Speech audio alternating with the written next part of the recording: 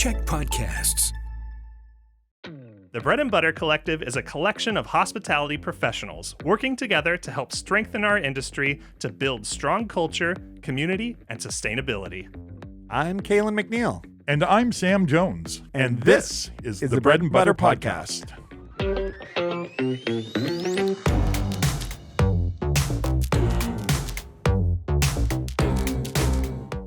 Welcome to the Bread and Butter Podcast. How are you, Sam?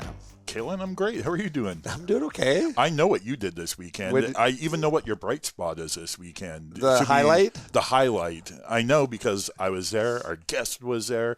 I think everyone in town was there. It was your wedding Well, reception. if you weren't there, then don't be offended. But, the place could only fit so many people. Yeah, exactly. Yeah, I got married in the last couple weeks, and we had a wedding reception at Sambry's on Saturday, which was fantastic and nice to see, friends, family, and absolutely. It was so social. I felt like I got to dress up.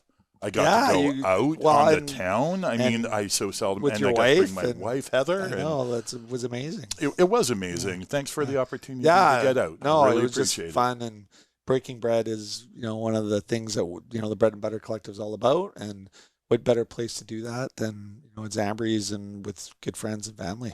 It was such a special occasion. I'll tell you, I broke all my dietary habits for you. Good, thank you. I know, right? That's how close we are. Oh yes, it's like I'll even break my dietary habits. You sacrifice to eat good food. Yeah, right. It's like, okay, I'll have one more piece of really good bread. Yeah. Oh, I did the same, which was great.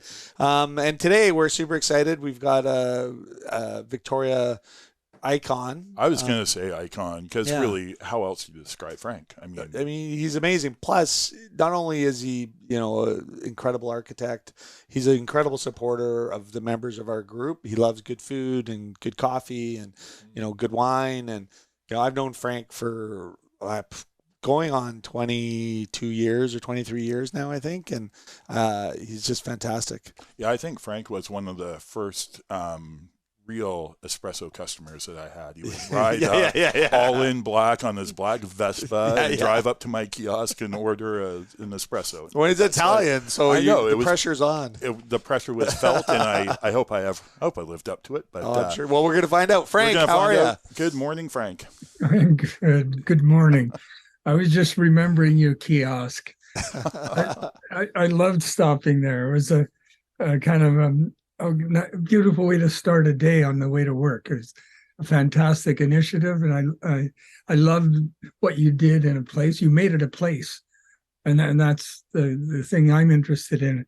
What you guys do is you actually create urban places that are memorable, that are a part of people's day living in the city, and it's what makes us a city good or bad. Is the kind of those places away from home that have a sense of belonging, that give you like, oh yeah, I'm here, I'm going to work, and the fellow that's running this is here too, and we're all playing in the same game called the city. Well, and I think that's people that do know how important like food and hospitality businesses and coffee shops and all these little spots. And I mean, obviously when I'm having some of Sam's coffee, it brings me back to times at that cart, at his other businesses, and then who I was there meeting with and conversing with. And that to me is like where life happens, and doesn't happen online. It doesn't happen in, the boardroom. It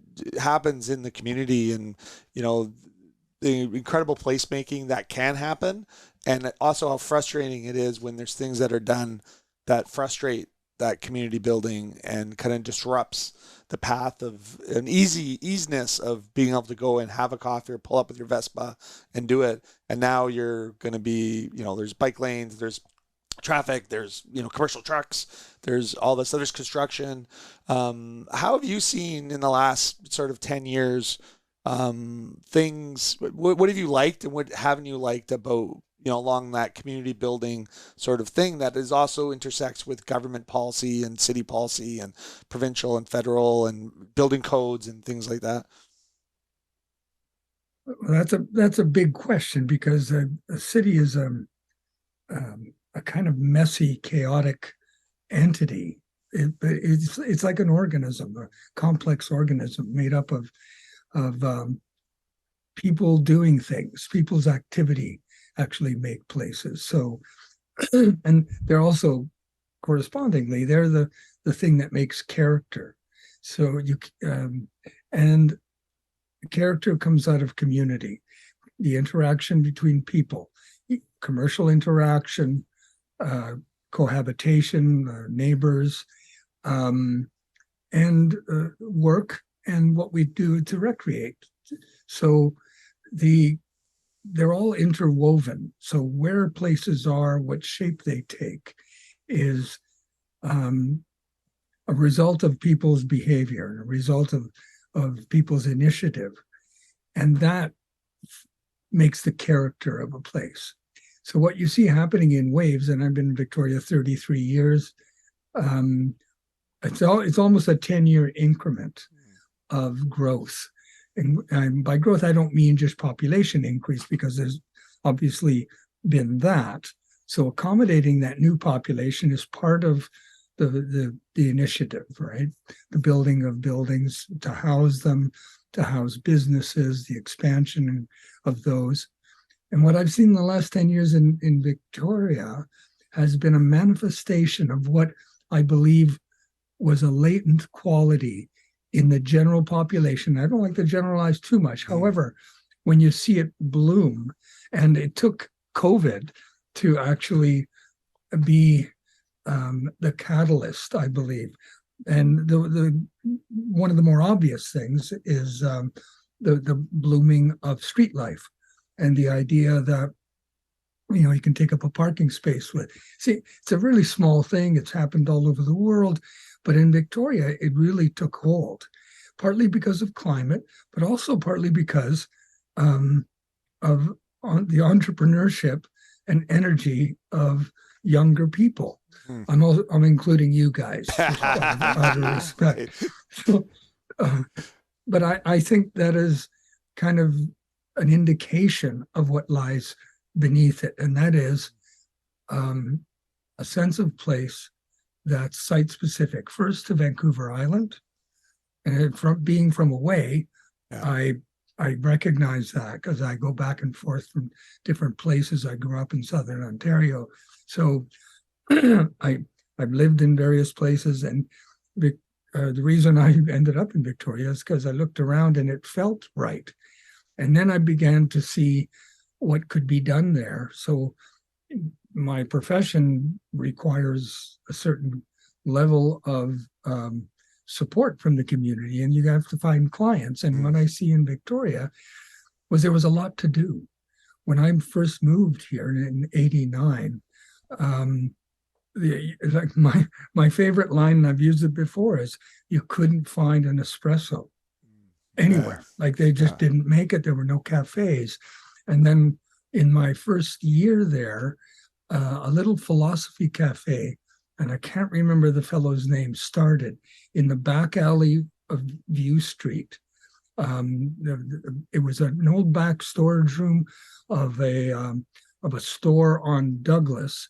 And he was a UVic philosophy student that graduated, couldn't find work. And he just got an espresso machine, and he had a philosophy cafe. He put a philosopher's quote on the chalkboard every day, and people working in the area would kind of funnel there in behind of what is now an office building and go to this cafe for their coffee breaks. And that was the first glimmer of civilization that I latched onto, but now it's become something that is noticeable, and it's being noticed everywhere. Victoria's been put on the map by initiatives like that. I mean, the obvious ones are continuous building of housing, even though the rate, the speed at which that's being done is nowhere near the need. So that's another topic. Yeah, I mean, I guess you've got the intersection of the business community and how that's developed. And I would agree with Frank for sure. COVID really unleashed a lot of potential, but that potential can only be realized if you've got entrepreneurs and people to fill it. that have the imagination, also the risk, because obviously there's risk taking in any of these types of ventures, with financial risk of building it and then making sure that customers enjoy that experience. I kind of feel like, there's the reality of what the living in the city is like, which I would say is amazing. I mean, it's obviously not without its problems, but and then the stuff you hear in the back and forth, either politically or in these business groups or whatever, just about how hard it is to move around in the city. Obviously, if you're going to grow and adapt and create new things like bike lanes or urban placement projects and things like that, do we think we've done enough of that in the last decade as far as placemaking and green space, and because that's also another component of what makes a city special? Yeah, I think there's certain lacking structurally in Victoria, because when it was laid out, most of the spaces were private or privatized. So the city only reserved the street rights of way as public land, publicly owned land. And then through the decades, and starting in the late 50s, we decided to use most of those right of ways simply to facilitate our driving cars. And it's not the car's fault, it's our desire to have more convenience. And then the kind of side effects of having that convenience to be able to drive anywhere quickly at any time eroded the public domain, which were these rights of way. And Victoria was not laid out with in the typology of streets and squares. So there was a dearth of park space and urban hard space plazas that has happened in other cities historically, but in Victoria it wasn't. Victoria was a place of provision, and it was born out of, you can go back in the history, but what that led to is just basically having streets. So the reclaiming of the streets for something other than our convenience as drivers, to acknowledge the different age groups, the different modes of transport, to really give the facility and freedom to circulate in the city, which is fundamental. Not being able to circulate in the city is like cutting off your blood flow in your body. But it shouldn't matter what mode of transport you choose. So what's happening now with bike lanes, improved open space, increased setbacks in certain areas, the cultivation of plazas in the private sector, we're trying to reclaim the public space that was lost in the pursuit of commerce and privileged travel. So it's a long-winded way, but this is something I live and breathe every day and have studied for many years. The performance of the city is something that needs cultivation. And I believe the city life occurs at the street, at the periphery of buildings that, for the most part, you and I don't go into because you either have to work there or live there. So the interaction with the city happens at the ground floor, which is what makes your industry absolutely critical. It's absolutely the generating force that makes being on the street palatable, interesting, interactive, places that people meet, break bread, are absolutely critical. And when that is run by individuals who are part of the community, it has a whole different meaning than if it's a chain from elsewhere. That is something that very rarely will a chain store or a chain cafe cultivate its own sense of community. It does happen. Because of the people behind the counter sometimes, so just by being in the right spot, in the right spot, right?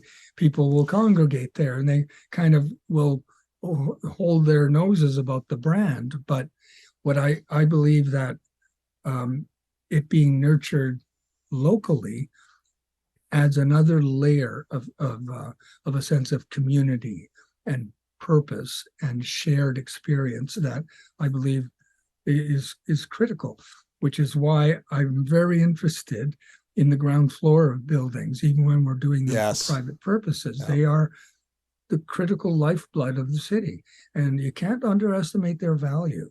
Well, and I think, just touching on that one part, and in particular building that I'm familiar with, and Sam's obviously been there too, is the atrium building that you designed on behalf of Jal Properties. And the interior atrium and the amount of, and it basically took the vision of the Jal vision, but also the idea that it's a place for community, not just about a return. If you know what I mean? Like, well, it's not just for the people who actually work in the building. It feels that's a great example, because it really feels like it's open to the public to come through that block, and that everybody's welcome. You can go there, and you don't even necessarily need to be a patron of the establishments, but you can go bring a lunch and have a meeting on that shared community space. And the level to which, and I think they're a perfect example of community builders that designed this building. You designed the building, but they gave you the budget to, do this amazing space that, even as a tenant in that building, just gives us so much flexibility to create those moments of the breaking bread and, that community building. Do you see that as when you deal with other developers, other property owners, and you've seen it, is that an anomaly, or do you think we can see more of that moving forward, which is private enterprise doing kind of community building type stuff? Developers and development companies are groups of people. They're motivated by, that's the work they do. That's how they make their living. But it just like people's motivation and philosophies vary. They're by no means are those exclusive to one type of person or another. I've met developers who do not care about where their buildings go. They just care about the return on investment and selling the product or releasing the product.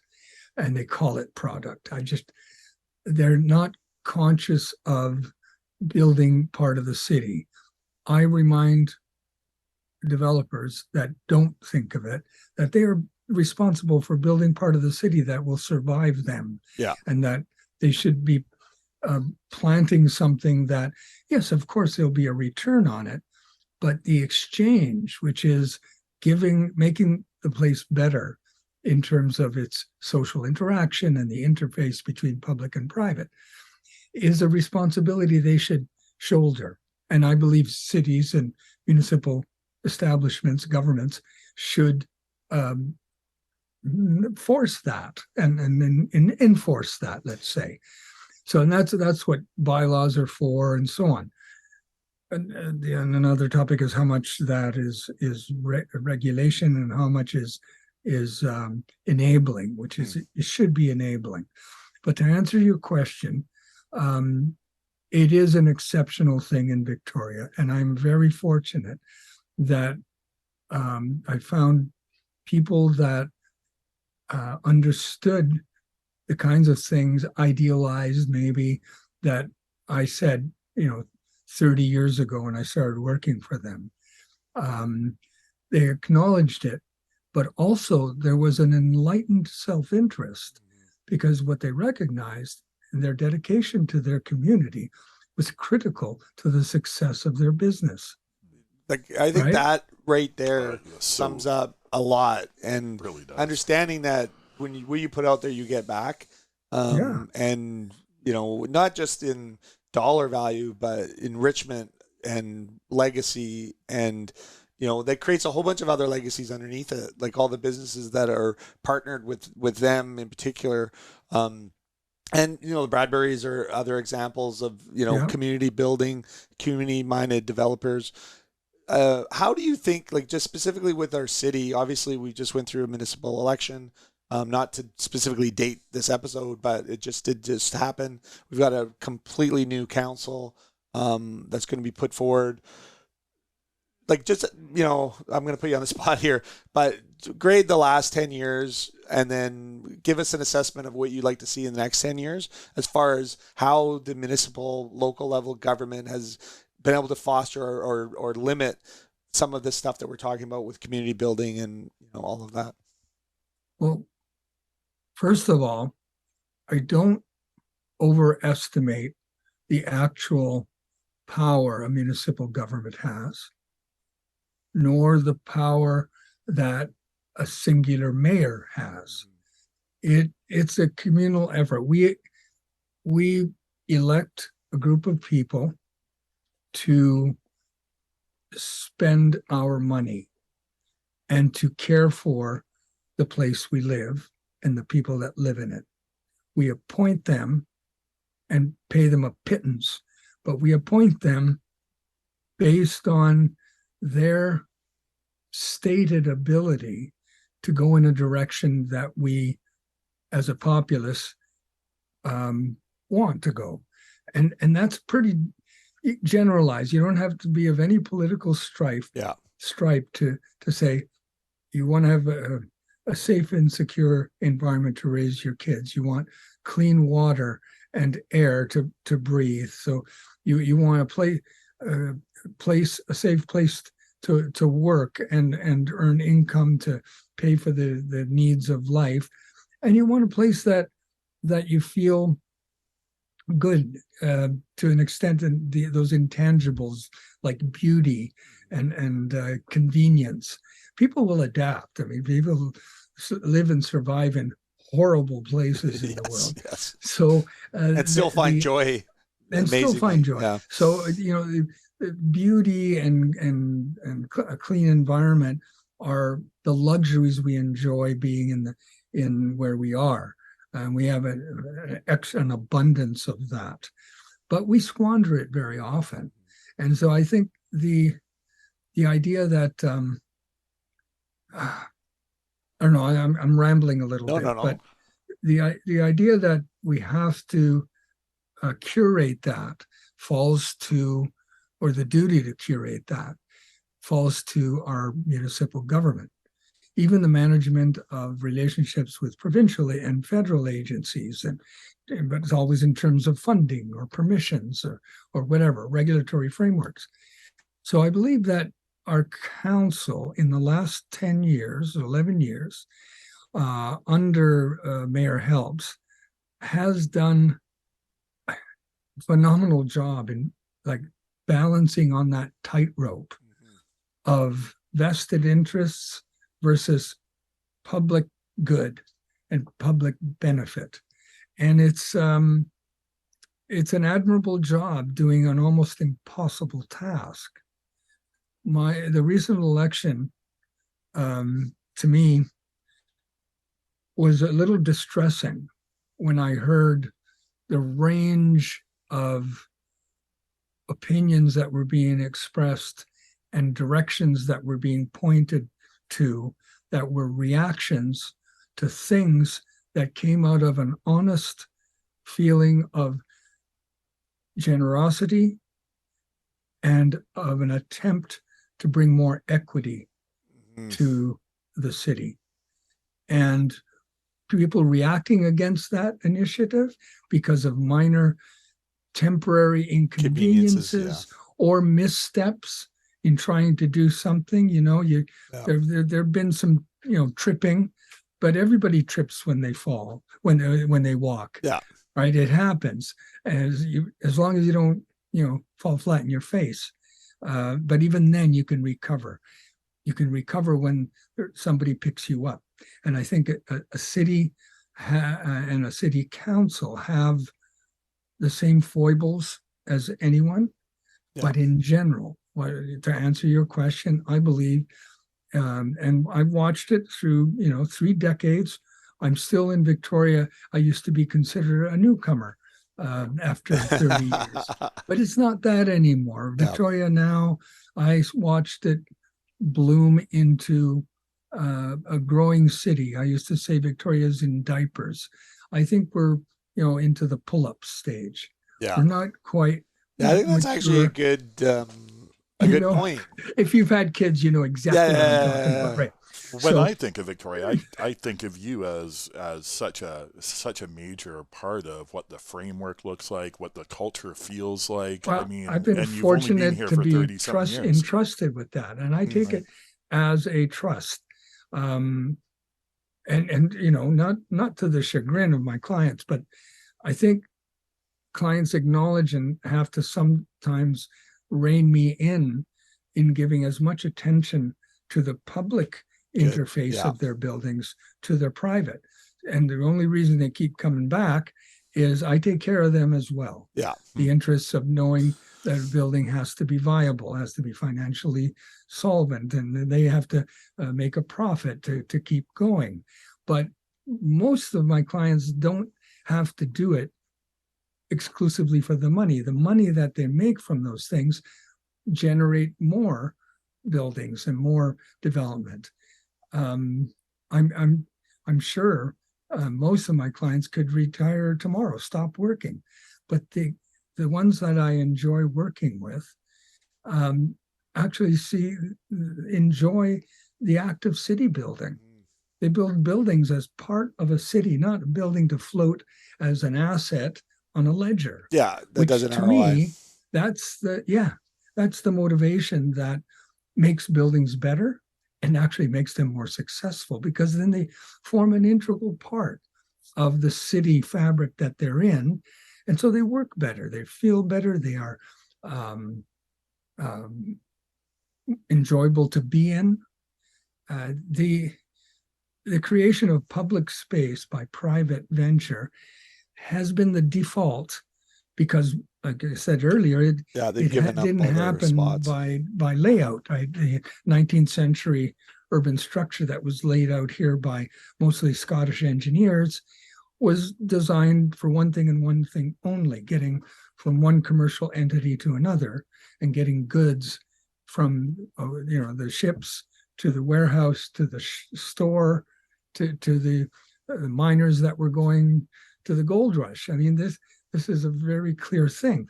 When it was chosen as the capital, well, that was another complicated story, right? But that's something I wanted to mention. This is the capital of a thriving, growing, important province in Canada. And Victoria doesn't often behave or is treated like a capital. Yeah. The government, it kind of comes and, goes to a hotel room here because a lot of them live elsewhere.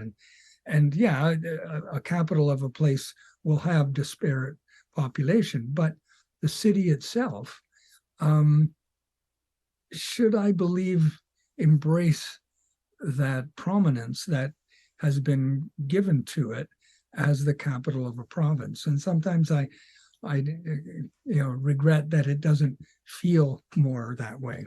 Well, I think, on the shadow, being in the shadow of a city like Vancouver, and I think New Westminster was, the idea of what the capital was going to be, or maybe even was briefly before Victoria. And I guess maybe the dynamic of Victoria might be different from that. I see the government being just like a building in the city, but not, and obviously there's workers that work there and there's offices and things like that, but it doesn't feel like it's, if you go to Washington, DC or Ottawa, or perhaps, other capitals across the country, it feels a little bit more, I don't know, like Victoria does feel like a little bit of a, government is a part of us, but it doesn't, kind of completely identify us, I guess. It's always fought for a more cultural institutional framework. Like you say, that's a good point. There's the government building, but the museum is there, and it's kind of not a priority anymore. Witness the last kind of happenings there. Our art gallery struggles. There's no concerted effort to to establish our cultural as a cultural capital. I think that's going to come. I And think are you that's going to the be next part step. of that, do you think, Frank? Because I know you work really hard on communities and offices. I hope to be. Right now, I'm working on a project where the developer is providing a site for the Art Gallery of Greater Victoria as part of the rezoning application to actually give them the rights to develop a new gallery downtown. Oh, fantastic. On the Capitol Iron site. Oh, wow. That's going to be going into public hearing. When that zoning is approved, it will trigger the art gallery becoming part of that development. Oh, fantastic. And right now, there's a memorandum between them and Reliance Properties, who are the developer and owners. And I'm really hopeful about that. There's also a move afoot to acquire funding in federal, provincial, and other funding sources for a new performing arts center. Now, both of those things have been bubbling since I moved here. Yes, of course. And I've watched a lot of tripping and falling in those efforts, despite the enormous effort of the people involved. And I'm still hopeful. I mean, you have to be hopeful when you do what I do, because it just takes so long to germinate a building and then to get it permitted and then to construct it. It's a huge endeavor involving thousands of people and a lot of money. So they have a long gestation period. And unfortunately, our civic and cultural institutions and our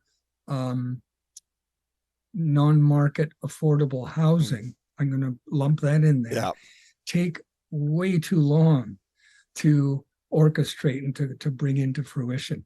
So it's something that you have to be an eternal optimist to say, okay, well, it's going to get better in the next 10 years. So well, I guess not beat yourself up for how long it's taken too. I think even, with recent discussion, and I would say this is across North America for sure, the missing middle kind of component of it. And then you see this onset of these massive real estate trusts, like, Starlight is an example that's come in and they're building, bigger projects that, in my mind don't provide very many amenities, but also what they do provide is sunblock, and counterbalancing that with, more urban development. And, when you say the missing middle, that's like a 30-year, 40-year project too. Like, you just don't turn on the tap to this building and then have these private owners decide to go, I'm going to build a 4-plex or 8-plex or whatever on this property. It takes time, right? So how do you just quickly talk a little bit about that from your perspective on how we even begin to get out of this problem? And is the time frame, that long-term thinking, does that iron out the kinks, or does it just make more kinks because we're not moving fast enough? Oh, and I think that's an interesting question. From one perspective, we are not. In the increments, we don't move fast enough when we have a committed investor in downtown, for instance. We don't move fast enough to accommodate them. And I'm not talking about bending to their will totally, but accommodating and collaborating to create a good piece of city should be a priority. Mm-hmm. And sometimes it's not. Sometimes policy stands in the way. And by policy, I mean specifically the official community plan.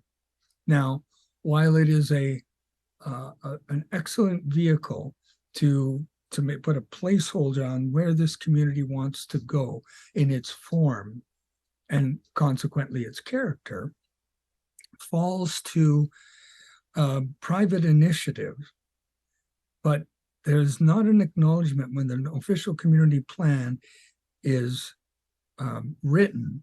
It's written in consultation with a wide variety of the citizenry, not everybody, only the people interested that are there enough to whose opinion gets embedded. And then the orchestration of that is really up to individual councils and then individuals in the community. We lack flexibility when the world changes and official community plans don't. Official community plans started life as aspirational documents where a community is brought together, as many representatives from different sectors as possible, to say, where do we want to be in 10 years? Like, what do we want to work during those 10 years to create as our city around us? It's become something of a regulatory framework, which I don't agree with. You cannot set accommodation of population growth according to your particular point of view at one point in history, and then in 10 years. Growth rates, population growth rates change. They change almost annually. Victoria has upsurges, which is going through now. I think we're at 1.8% a year of population growth. And I think that you can't foresee everything. And when you make decisions and then put in place rules that will tell somebody 8 years hence how and what to design, that doesn't work. You can put in place the aspirations, it's like a business plan. It is. The qualities, the qualities of it. But the underlying principles are the same. Commercial viability, a place for people to have businesses, wide sidewalks, shady trees. Like you can describe the character and the qualities that you want to live in as a city. So what's happening though is it's getting restricted to the point where the realities of the development industry and construction and all that change, but the rules don't change, or the guiding principles don't change. So I guess it does take a long time to answer your question, Sam. We are infants in terms of the age of our city.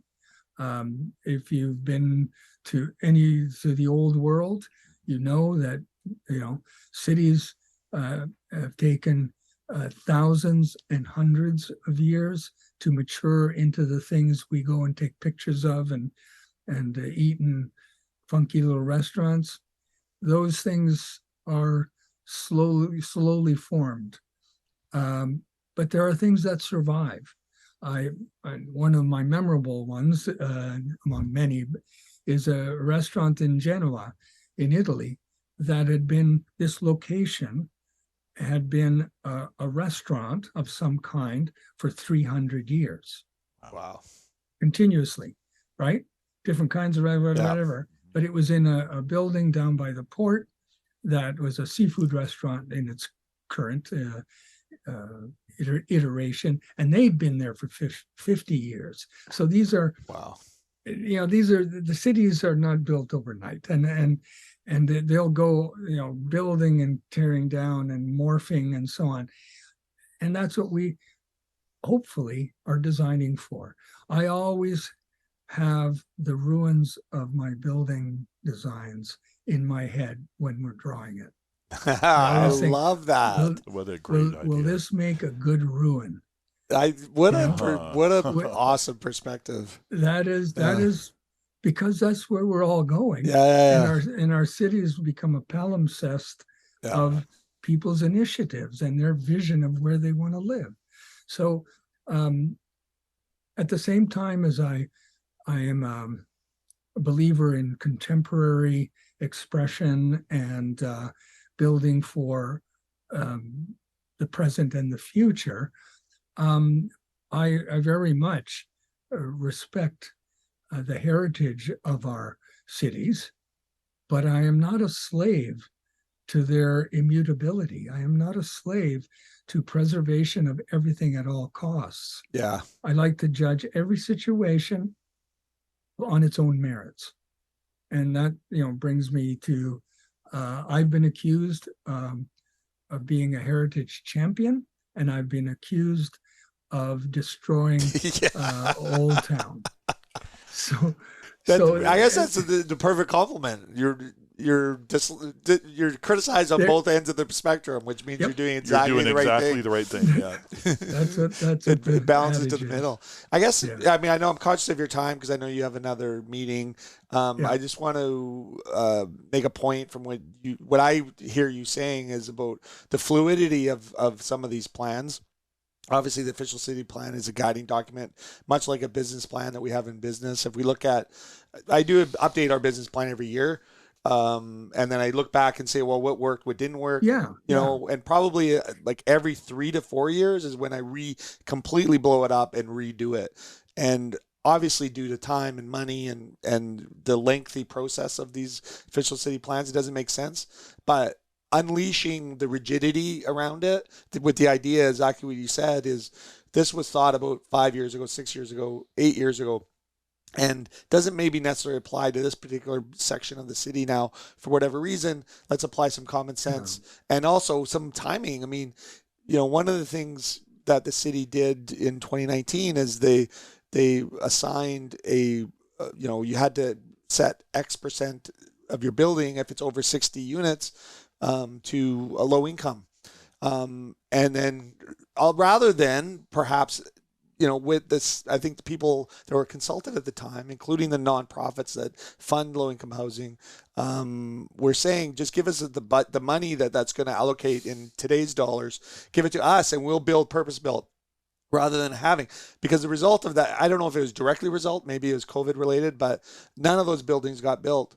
And nobody's planning to build those buildings. And as interest rates climb up, they become even more or less affordable. So it's, you know, that's a prime example of the city with good intentions. It sounds lovely to have all these communities with, you know, 10% of their building low income, but why not just consolidate those and purpose-built things and actually build them versus putting a restriction? We do have an agency to do that. You know, we have BC Housing exactly. They're mandated for that, and we do work for them. And the struggle is the budgets. Yeah, they have the know-how. They have limited, but they do have the land. They have the power to acquire, and they're willing to do it. But I was surprised in working for them for the last few years on various projects, and now on a very large initiative, how much they struggle with their budgets, and they have to stretch every penny. That's part of the problem with our social services, and we can get into a whole other level there because, and I have to say, I really admire what you and your foundation do for the community in terms of, you know, while you're selling $4 coffees. Sorry, Sam, yours aren't $4, but they're, you know, you $4 for an espresso, which still makes me sweat. But the idea that there's people that don't have clean water in the same province, and there are people who can't afford a 25-cent cup of coffee is a level of inequity that is hard to live with. Yeah. Right. And so I think part of your organization, your foundation, bread and butter, is a consciousness that, we sell and service to people who can afford to buy a meal out every week or every second day, like me. But what about the rest? What about that equity? And I think as a society, we complain about our level of taxation. Oh, it's high. Well, if you complain about that, and you also complain about the level of unhoused people, you're fooling yourself. Yeah, you're missing the plot. You're missing So I'll just leave you with that, because I'm extremely conscious of supporting of your industries that give life and our lifeblood to the city. And when I see sometimes the people and organizations like your businesses that can least afford it doing the most to create more equity in the realm of food security. So I think that is an important role. And I think it interfaces with everything I do. And that's why I support it. Frank, that was very nice. Great. Yeah, I agree with you 100%. And I know with Sam's business and my business, and he does a living wage program. We're just introduced a living wage program. You know, the people that work for us live in the city, and they should our business should reflect the city, and they should be able to afford to live in the city and even buy our food. If they can't afford to buy a cheeseburger at my business, then I'm doing something wrong. And the community is the net receiver of that benefit if we do it right. Yes. Versus the other way of thinking it backwards. And I think that runs through the entire chain of our conversation. So just before you go, give us your top 5 businesses that you love in Victoria: food, beverage, bar, whatever. Oh, well, almost every second day. I don't lie. So I alternate between Sam's establishment and Shane Devereaux's Habit Coffee. Oh yes, And Shane's has become so I bike about 80-90% of the time from my home to my office.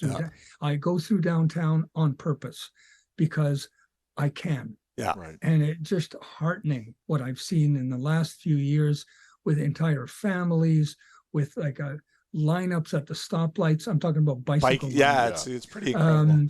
It just makes it feel like it's becoming a real city. Exactly. Right. And so stopping for coffee on my bike is a thing. Like I really enjoy doing that. Well, the places I frequent. I'm just looking for a dirty plug here. But my mom who's listening doesn't know. Yeah, exactly. That's probably the Drake. Is a wonderful place. Yeah. I love its different characters. I like sitting in Market Square, overlooking what's going on there. That's a cool place, and their grilled cheese sandwich is excellent. A really classic and good bar, and I'm talking about the actual physical bar and the environment of the place, is diagonally across from the Royal Theatre. I forgot the name. It used to be the old Livet. No, not diagonally across the street. Clark and Co.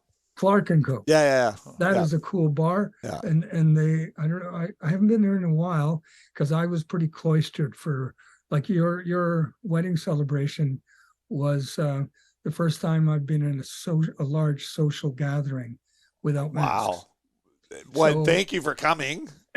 But that's an exact. So you haven't been in the scene as much. No, I have a medical condition that I'm very susceptible. So I had to be fully vaccinated, and even then it's shaky. Anyway, and there are lots. I mean, Brasserie. I'm just about ready to go back there. Yeah. One of my favorites. They have always done an excellent job. Cafe Brio. Yeah. Started going there many years ago, and I followed the people that those older establishments spawned. Yes, so many. The people that worked for Zambres that opened on the Galloping Goose, not the Galloping Goose. It's Steve and Gina.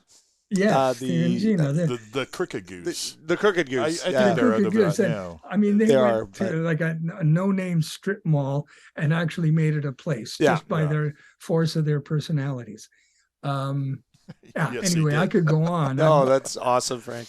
Frank, thank you so much. You're a dear friend, and you and I are going to do lunch or dinner or something in the next couple of weeks. And I could listen to you talk about anything for as long as you had the patience for me to listen. Oh, Sam, you're too kind. No, you're the kind one there, Frank, and I think everyone needs to hear more of you.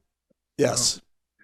Love it, Frank. Thank you for joining us. How come you're not in my picture there, Sam? Oh, because they don't put me on. I'm the ugly one. No, we highlight Calen not true. Because Calen's got the face for podcasts. I do not. I've got No, the this face isn't- for radio, and I got the So voice not for a true. podcast, maybe. Oh, so this is actually a visual thing too. Yes, yeah, Mhm. we do Oh. YouTube. Yeah. So there is Okay. cameras. So sometimes the cameras go on the person that's They'll talking. and- edit me in yeah, here and there. I'm we have a sure. little cartoon, Sam, that we put in. Yeah, Kinda looks come real. on, it's Sam. like a blooper reel screen that comes up. Yeah, exactly. That's awesome, Frank. Thank you so All right, much. guys. We'll talk Thank you soon. very It was a much. real It's been- treat, Cheers. Frank. Thank you. It's been an honor. Thank you. Bye bye. Honor was ours. Oh, Frank is just amazing. I Right. could listen to him all day long. I know, mean, and he's so everything he was saying wise. is just like thoroughly thought out. Like when he he's did, had, when we did the building, so Frank was a customer of ours going back through the days, and so were the Jaws. And then we are planning on renovating Zambrie's in the existing location that we had originally right by behind London Drugs. And I had worked out this entire deal. The landlord was going to pay for everything and all this stuff. And then Frank came to us and said, hey, the Jaws are building this building. And the Jaws were like, hey, we wanted you guys to be a part of this building and all that stuff. And, you know, fast forward, you know, $1 million later in 3 or 4 years, we're in this, our new space that we've been now there 12 years. But Yeah. Frank, the entire time, and even with the Jaws, and this is where I really appreciated the authenticity of what they were trying to do, is they didn't, you know, they use island granite in the floor, you know, and they built this beautiful space, and you could just see that this is where it was going to build community. And now you go in there and it's bustling, Yeah. and you see people in and meeting, and I have meetings there and other people have meetings there, and it's just a really good, you know, space. So, and to see people that are talking about their vision and then bringing it to life with authenticity is just, it was, you know, inspired me to try to be as authentic as possible. Well, and this conversation, just hearing what Frank had to say about what makes community and the characterful little places that people stop while going to work, really makes me think back to where I started, Yes, and with thinking, the cart. man, you know, yeah, we just all need to remember Yeah. what we're here for, what we're doing, and who we're doing it for. We're doing it for our Yeah. communities. Totally. And And you Frank can really do, is if a you do it reminder with of that that. in mind, if you're starting a project and thinking about how it interfaces with the community. And we talked on other podcasts about decision-making trees and the impact. Yeah. You have an impact filter. So, you know, all your decisions go through this impact filter. How does it affect my customers? How does it affect my staff? How does it affect my community? And make your decisions based on those types of inputs. I think, you know, gets you the product where Frank was talking about the reward that comes from doing that. And it's monetary, it's comes from your customers and the community for doing something good. And, you know, it doesn't always have to make complete financial sense at the start. The financial sense will come later. Right. And it's no different than when you went to living wage. Like, you know, or we do that. We make decisions that are in the best interest of our employees, and hopefully the best interest of our customers, but not necessarily linked to how we make money. Let's then go back and work our business plan so we can actually make money while we're doing this. Yeah, it's but the doing it best for the right interest reason. For the future, Yes. for everyone. It's like we're just building a better future by doing the right thing Exactly. now. I love it. Okay. Man, what a great guest. He was fantastic. You're And so smart for bringing him on. Well, I was on at our party on Saturday. I'm just like, Frank, how are we not had you on the podcast? But I think the timing of it, because this year, you know, our next episode will be kind of a wrap up for the season. Yeah. But you know, just having that punctuation, because we're all community builders in our own way. And Frank has such a good experience. He's been a fantastic customer to many of our members. Absolutely. And he's a personal friend, but he brings an old world. Like, he spends a lot of time in Europe, and a lot of the influence of his architecture comes from what's working there now. And, you know, like he said, some of those communities have been 300, 400, 500,000 years. Yeah. And so what is alive today that makes that such a special place, and how can we start introducing more of those things in our city as we, you know, approach our 100 and whatever 20th year or whatever that we've been around, right? It seems like such a small moment in time, yet everybody freaks out about all these things. Well, we are in a very small moment of time, and wouldn't it be neat to go bust into the future and look at Frank's ruins? Yes, I mean, I just the whole thought was like, oh my just God, like, yeah. And even when you're looking at your do business, what does our business look like 10 years from now, 20 years from now, 30 years from now? And just understanding, like, I think of even when we did Zambries and we were like, okay, well, we're going to be using this floor that's going to wear. Okay, right now it looks polished and our restaurant looks polished, but we wanted to see it worn in the 10 years, and then just because we want it to feel like it's alive. And it's not, and even, the garden that we have outside Cook Street Village, like we didn't stain the wood. We didn't, like, the wood is aging. And even now, it looks like it's old and aged, but I think there's a beauty in that, in that it's natural. Yeah. And, no one's coming out of this life alive, so how can you age gracefully? How can you make the world better? How can you leave it better? I think is kind of, a good way to. Our legacy. I mean, Frank's got his legacy down. Yeah, well, how Frank's, about us? Well, I mean, you've got amazing children. You've got amazing businesses.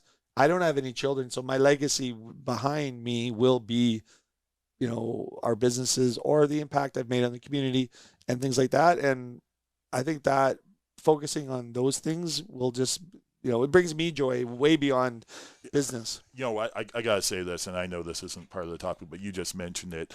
The other night at your party, it meant so much to both me and Heather to hear so much about our children and how much they are loved by our community, by people we didn't even know loved our kids.